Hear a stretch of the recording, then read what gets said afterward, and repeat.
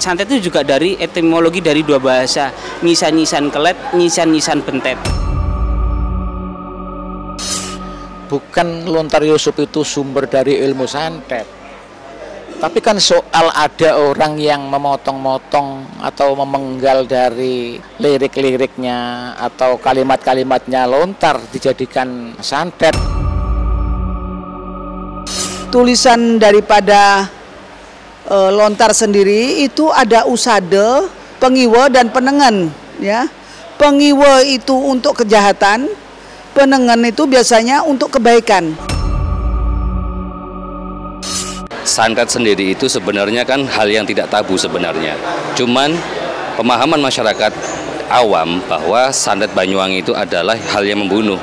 Sebenarnya bukan hal membunuh.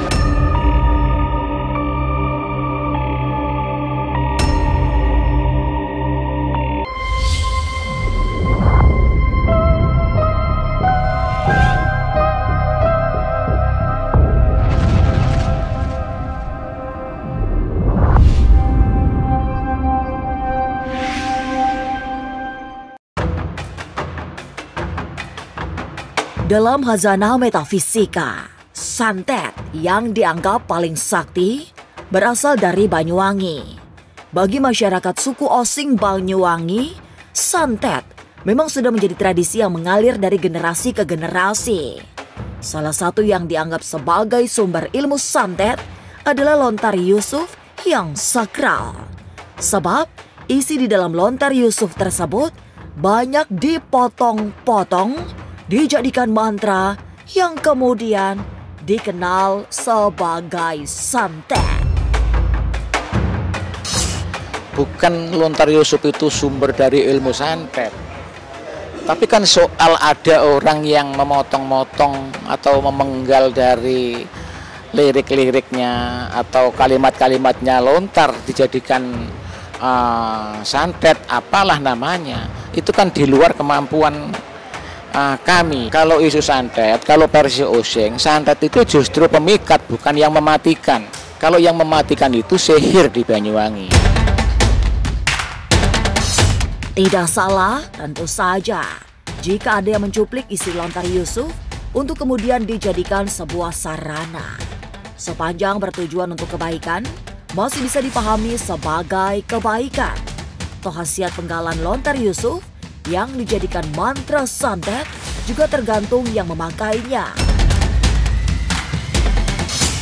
Nah, mungkin ada penggalan-penggalan cerita kah, atau penggalan-penggalan kisah, penggalan-penggalan perbuatan beliau Nabi Yusuf itu yang mungkin diambil lah saripatinya ataupun esensinya lah atau intinya lah gitu. Ya amin-amin mungkin saja dengan penggalan-penggalan tersebut lalu nanti mungkin dibuatkan sebuah pakem tertentu ketika nanti dicoba untuk digunakan kepada orang yang sedang sakit kah ataupun orang yang sedang ya banyak masalah kah, bisa jadi terobati kan ataupun terselesaikan kan masalahnya. Mantra santet yang tertulis di dalam kitab-kitab Lontar memang beragam. Tidak melulu ilmu yang bersifat mencelakai. Menurut spiritualis senior, Eyang Ratih, ada banyak ilmu yang bisa dipelajari dalam Lontar.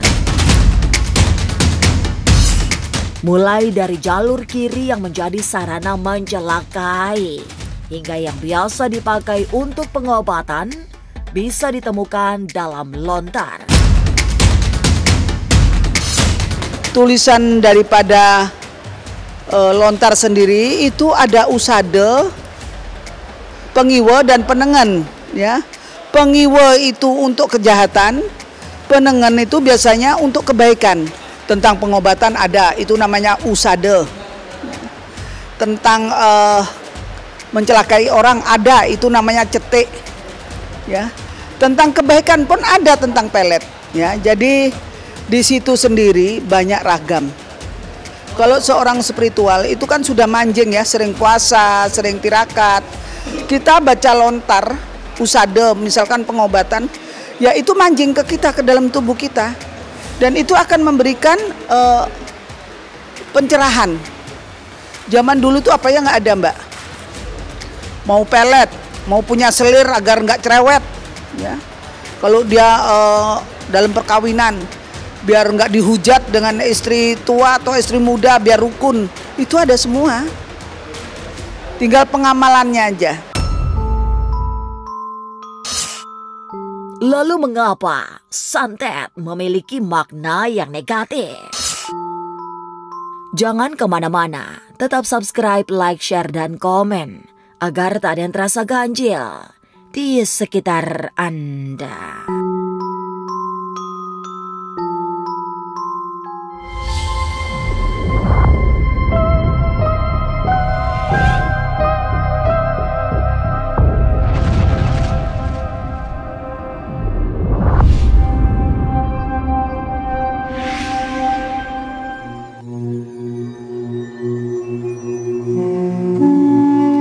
Kata santet yang langsung mengalirkan makna negatif sesungguhnya hasil dari pemahaman yang keliru. Dalam tradisi masyarakat Osing di Banyuwangi, santet merupakan bagian dari usaha memecahkan persoalan-persoalan hidup. Itu yang membedakan pemahaman santet orang dulu dan orang sekarang, yang cenderung terjerumus pada mitos-mitos mistis. Santet itu juga dari etimologi dari dua bahasa, nyisan-nyisan kelet, nyisan-nyisan bentet. Jadi santet itu adalah bentuk upaya dari masyarakat suku Osing terdahulu untuk menjadikan kearifan lokal ini menjadi satu bentuk solusi jika masyarakat suku Osing mendapatkan satu permasalahan. Karena santet sendiri yang dipahami oleh orang sekarang dengan orang yang dulu itu berbeda, sangat jauh berbeda. Ibaratkan di sisi hitam ada juga di sisi putih dan sebaliknya. Sehingga kalau kita itu membicarakan santet dari dua bentuk tadi, ada dukun, ada santet. Yang sekarang ini dipahami oleh banyak orang itu adalah seseorang yang menguasai ilmu hitam. Memang selama ini terlanjur muncul anggapan bahwa santet adalah praktek ilmu hitam yang seram. Padahal para leluhur memperkenalkan santet sebagai solusi yang ditulis di dalam lontar. Sementara itu, mantra santet yang dibaca dari lontar-lontar kuno tak selamanya mujarab karena tergantung yang mengamalkannya. Karena dalam pandangan masyarakat awam, santet itu adalah sesuatu yang menakutkan gitu. Jadi kadang-kadang kalau kita misalnya mendengar kata santet, kita kan pasti langsung ngerasa, aduh takut nih. Atau misalnya mantra santet yang dituliskan pada satu lontar. Nah itu misalnya manjur enggaknya gitu, sakti enggaknya, itu tergantung daripada energi si pembuatnya.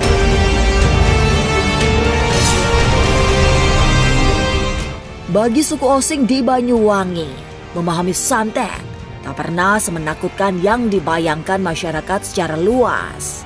Sebab memang tidak ada yang tabu dengan santet. Definisi santet yang cenderung seram sebagai media membunuh secara mistik justru datang belakangan lewat isu yang lebih sering didramatisir. Padahal yang sesungguhnya terjadi sebaliknya, karena santet tidak beda dengan mantra-mantra untuk pengasihan, puter giling, atau yang lainnya. Santet sendiri itu sebenarnya kan hal yang tidak tabu sebenarnya. Cuman pemahaman masyarakat awam bahwa santet Banyuwangi itu adalah hal yang membunuh. Sebenarnya bukan hal membunuh. Sebenarnya lebih ke pengasihan seperti puter giling, susuk, gendam. Itu sendiri sama halnya dengan santet. Kepergian Steviane Agnesia memang menjadi berita duka yang sangat mengejutkan. Ibu 3 anak itu meninggal di Rumah Sakit Cipto Mangunkusumo, Jakarta pada Kamis malam 21 Maret 2024. Tapi yang lebih mengejutkan adalah isu santet karena banyak video pengakuannya bahwa dirinya terkena santet. Tapi mungkinkah tidak perlu mengejar jawaban? Sebab misteri itu biarlah menjadi rahasia Tuhan.